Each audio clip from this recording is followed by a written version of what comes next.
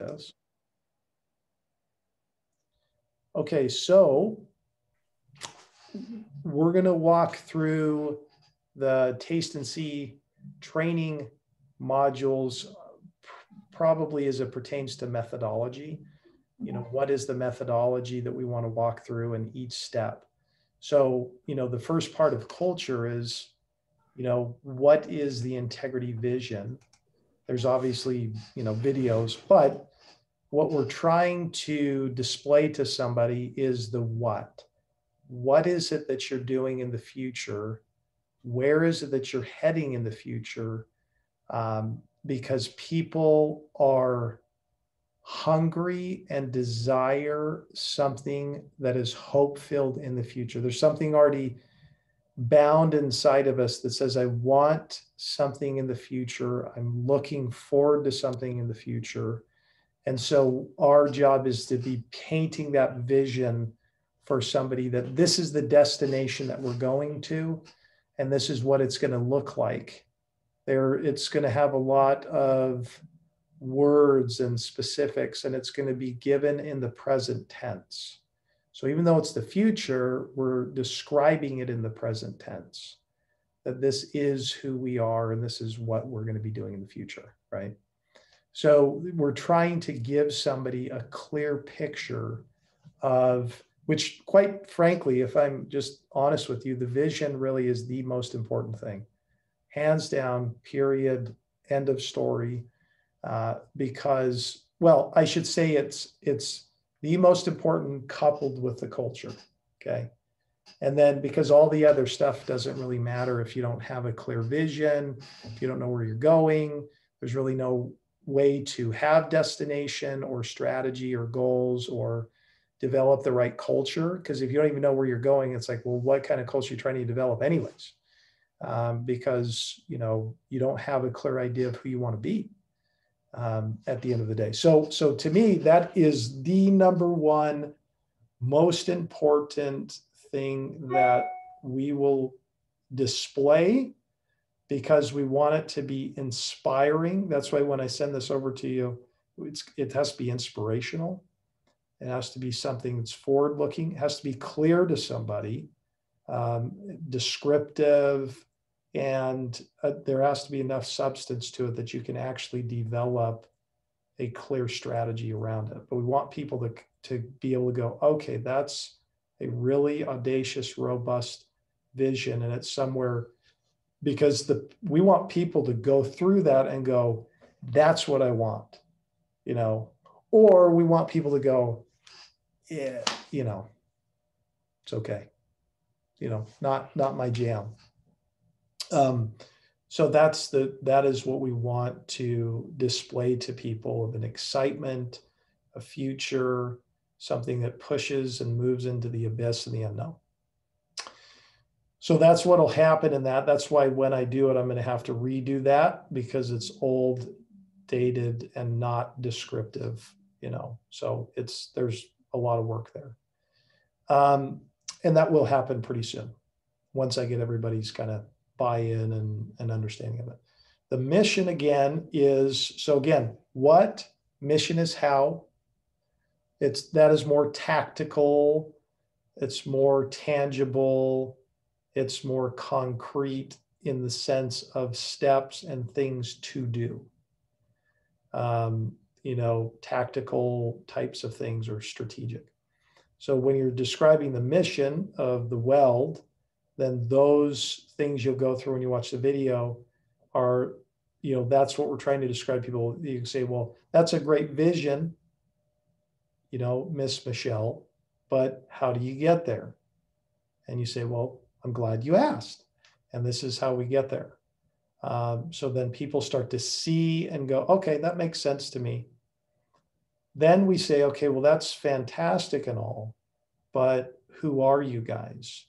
What are your values? People will probably see it in terms of that. You might have to use that synonymously, but you are trying to be descriptive to people so that they can say, oh, there's a difference. From Integrity Capital's perspective, there is, because we don't believe these are areas that we're going to budge on. And their core convictions for us.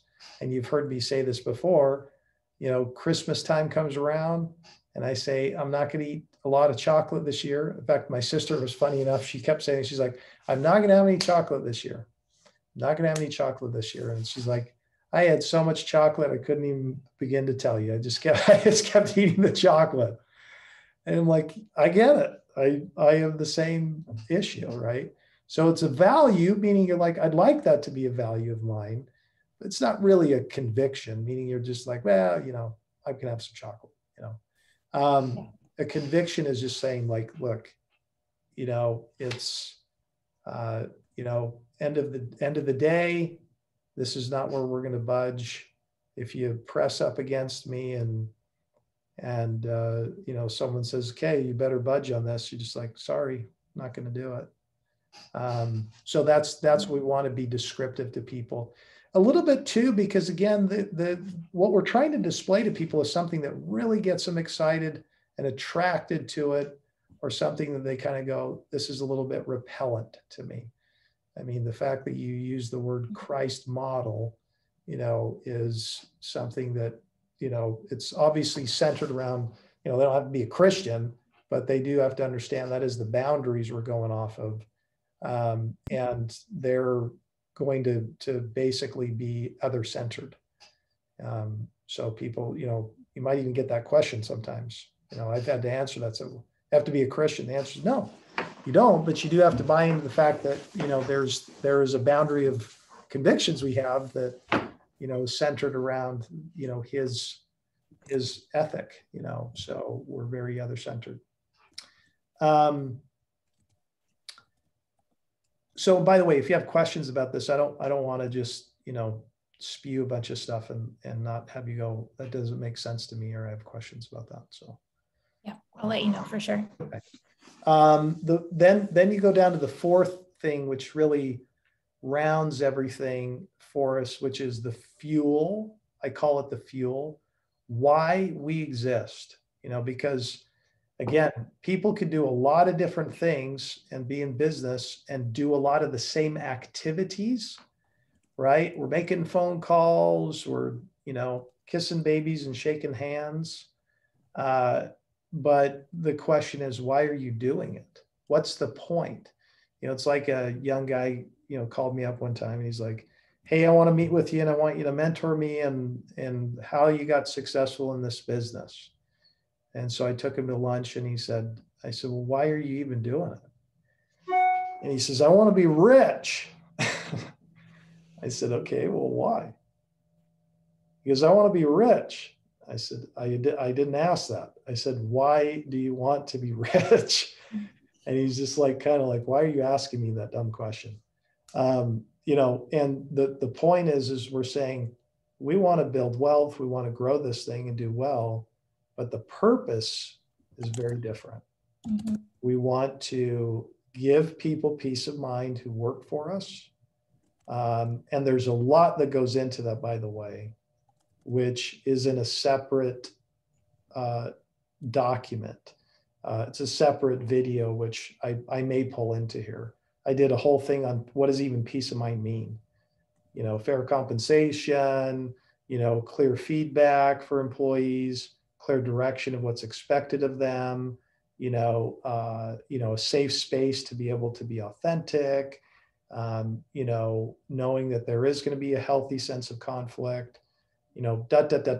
all these things that, round the edges to really be descriptive of what we mean when we say peace of mind.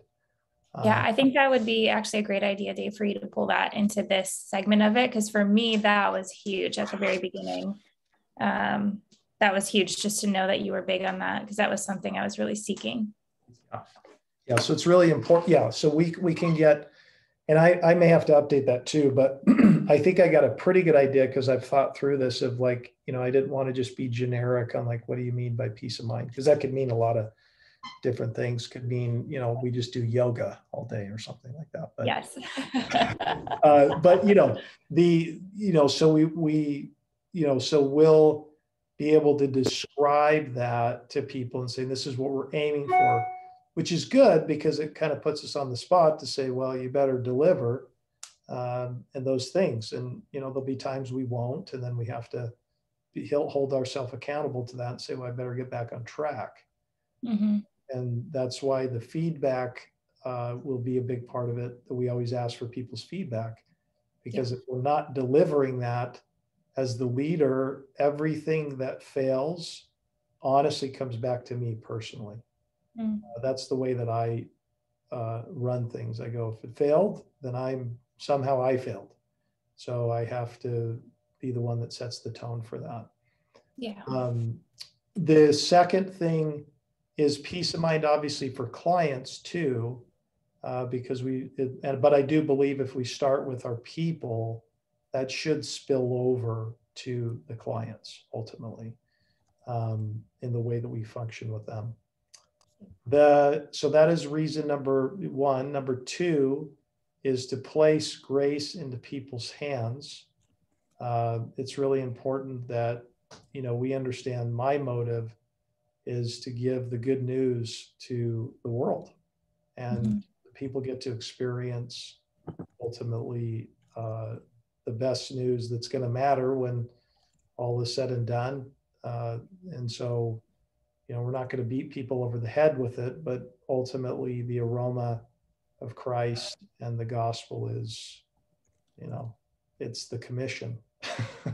So we are going to place grace, and the way we do that is by and through. The third one is by pouring out for the poor and the disenfranchised, right? So we're going to be doing specific activities where we're actually going and serving, but we're also doing things like Hope from Fear, which you're not fully aware of, but it was an initiative we did through Thrive, where we synced up with a manufacturer out of Utah. And we made these kits that we gave to all these aged out families in the foster care system that, gave them all the necessities that they needed. But also I made a packet in there that was pretty detailed on the gospel, the good news of Jesus, ultimately at the end of the day. So, that's the fuel that drives us. And the reason why is because it's the greatest gift that we can give to mankind. And so that's the fuel that drives us when all is said and done, is we are driven by 3 Ps. We call it the 3 Ps when all is said and done. And so that's why we exist. I'm still trying to debate the sequence of the rest of these. There might be a better order. I have like client conflict strategies. I don't know if I'll put that one in there or not. But there's some other ones like honesty, no matter the consequence. So it starts kind of unpacking a little bit of these. When I fail is another one, successful failure, celebrating teammates, performance reviews, innovation matters, being candid but gracious. So I'm trying to just get our culture so that there can be descriptive ways to start to describe, what does it mean, honesty, no matter the consequence. And when you're doing this, when you're having these conversations, you want to be equipped to be able to describe it and use different things to do that. But you also want to be more of a facilitator, and you want to ask them questions and, have them say, what did you think about this video? And what did you get out of it? And how did you, what was it that was really important? Why does this even matter?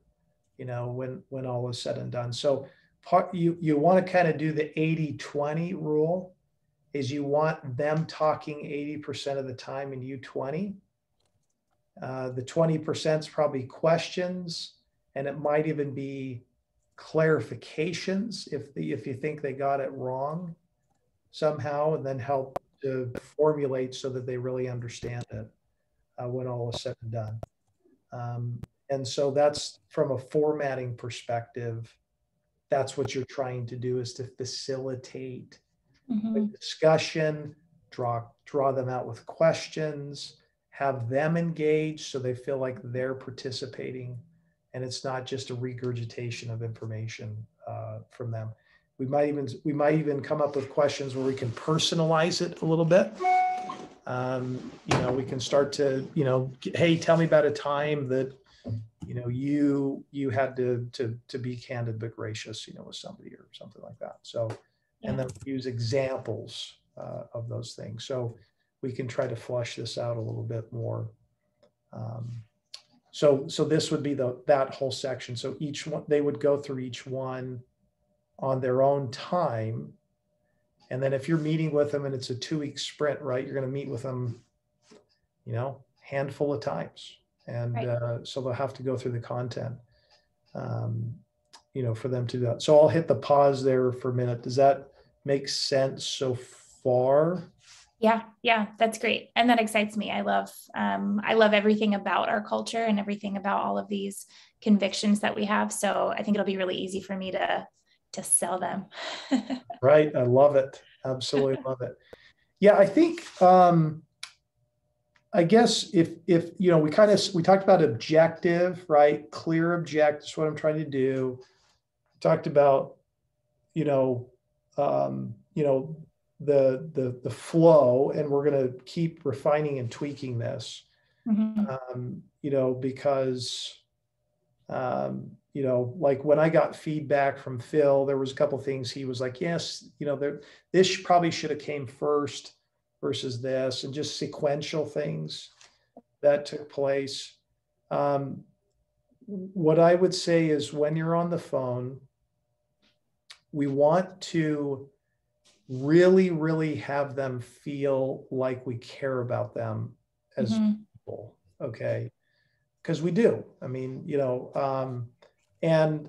so every time that I would start the meetings with them, with the intern, it just, how are you guys doing?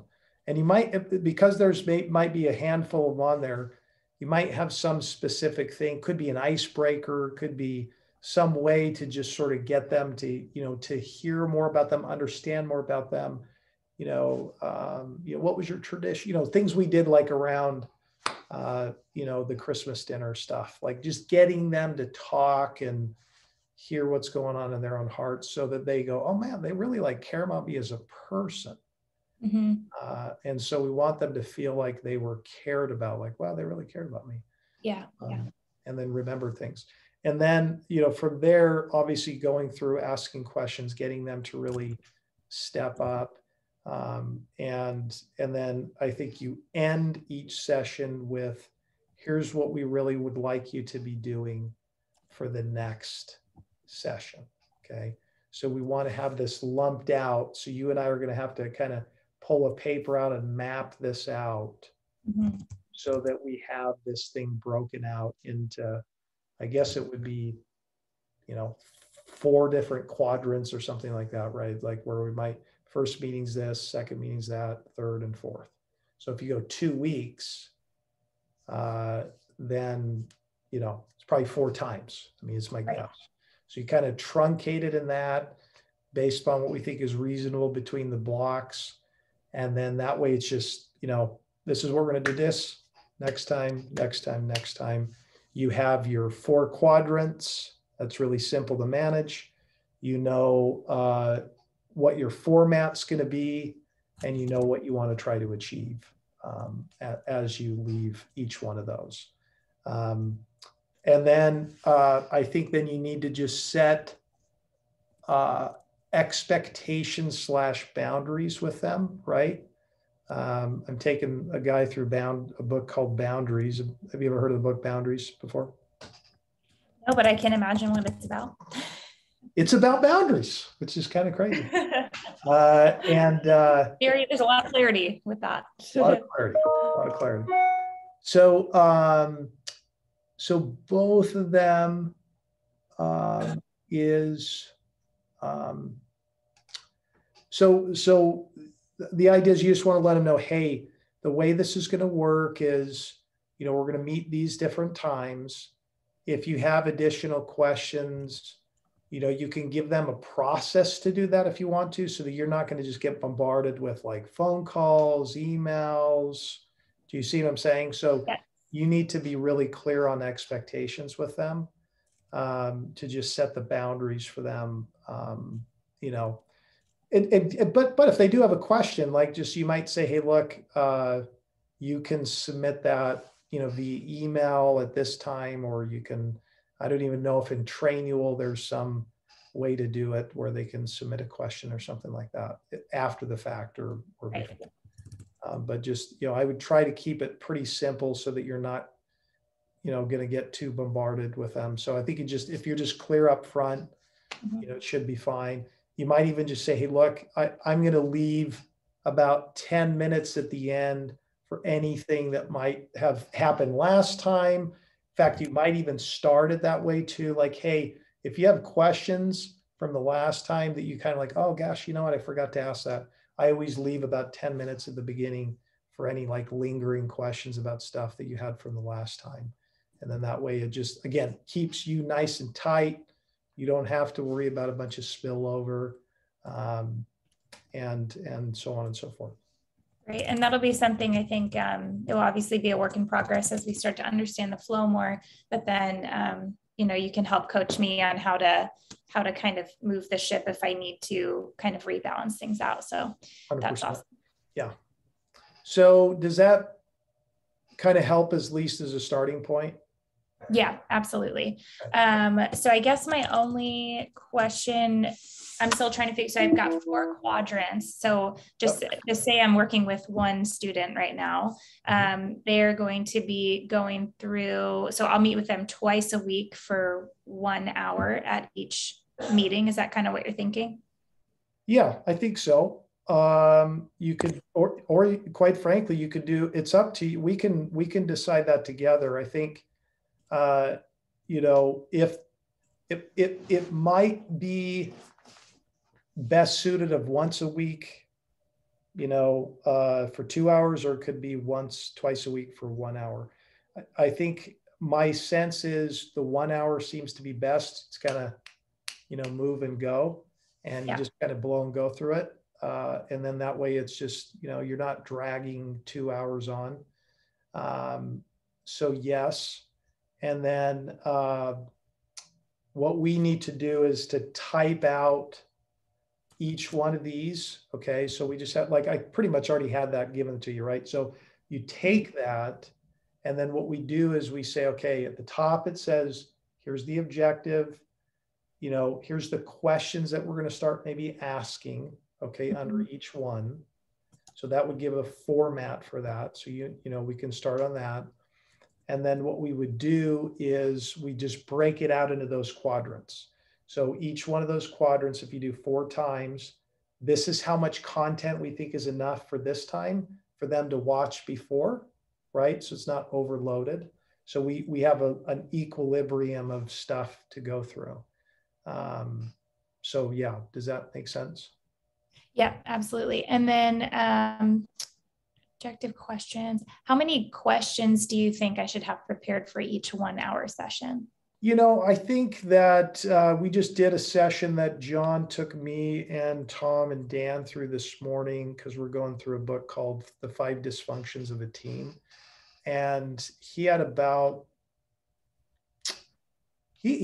6 questions, 6 or 7 questions. That seems pretty good. I think could be a few more. So I think that's probably a good boundary to go off of, because there'll be other people on there, and you'll kind of ebb and flow and facilitate that. So that should be, I think, sufficient. And some of it will depend. It's a good starting place. Some of them might be more or less, because, like, for example, this one down here, the debt service coverage ratio, that could be a little bit more of a discussion, because there's a lot to it, just walking through the scenario. Yeah. So, but okay. I think that's a good starting place. Okay, awesome. I have a lot to learn with that, with the terminology, the analyses, all of that good stuff. Okay, very fun. You're going to be a commercial expert when this is all said. I'm going to be the one that knows very little, but what I do know is like quality information. You will have it nailed. I'm confident of it. So I think, again, format, truncating blocks, objectives up top, questions in the between. You'll just have kind of your little format, broken out. And again, the reason why we want to do it in this way and have it broken out like this is so that we could also hand the baton off to somebody else as well. Does that make sense? So all this stuff is done for again, scale, again, so that you don't get burned out too, right? Like you might get into a situation and go, I think I have to hand this off, because this is going on over here. It's like, great. We're already prepared for that. Right. Just, here's a video, we hand it off, here we go. So it just makes things a lot smoother so that we can pivot and be nimble and not be like, oh crap, how am I, what are we going to do now? Because we don't have any way to like hand the baton off to somebody. So, so just understand that that's why we do it as well. So you can kind of go like, okay, something came up and I've got to hand this off. So, yeah. So I think that's the starting place there. And then we'll have another session where we kind of do a little bit more of a deep dive, and you'll have you start kind of going through some of the videos, and there might be some objectives from my end in terms of videos I'm gonna have to remake. So makes sense. Okay. Yeah, awesome. So I will make sure I have a really clear and concise format for the 4 different sessions as far as the content they're going to be going through, the questions I'll ask, which means I'm going to have to go through some content to make sure I come up with some good questions. Yeah. And again, if you need, because, going back to our initial discussion, if you need some help with that, and, happy to do it. Okay. Sounds good. Well, that seems totally reasonable for me to get that done. And then this is exciting. I mean, in less than a month, we are launching. I know it's a big deal. So we're definitely going to the next level, and that's good. And I'm excited about it. And it's all going to work great. It's going to be messy. And that's what's going to make it fun. Yeah. Well, the good news is that they're still going to get a ton of really quality time, because your time, Dave, is super intentional, and the way that you describe things is really intentional. And so I just feel like even if it's kind of bumpy at first, they're still going to walk away being blown away because of all your wisdom and great advice and things like that. So so they're going to be blessed for sure.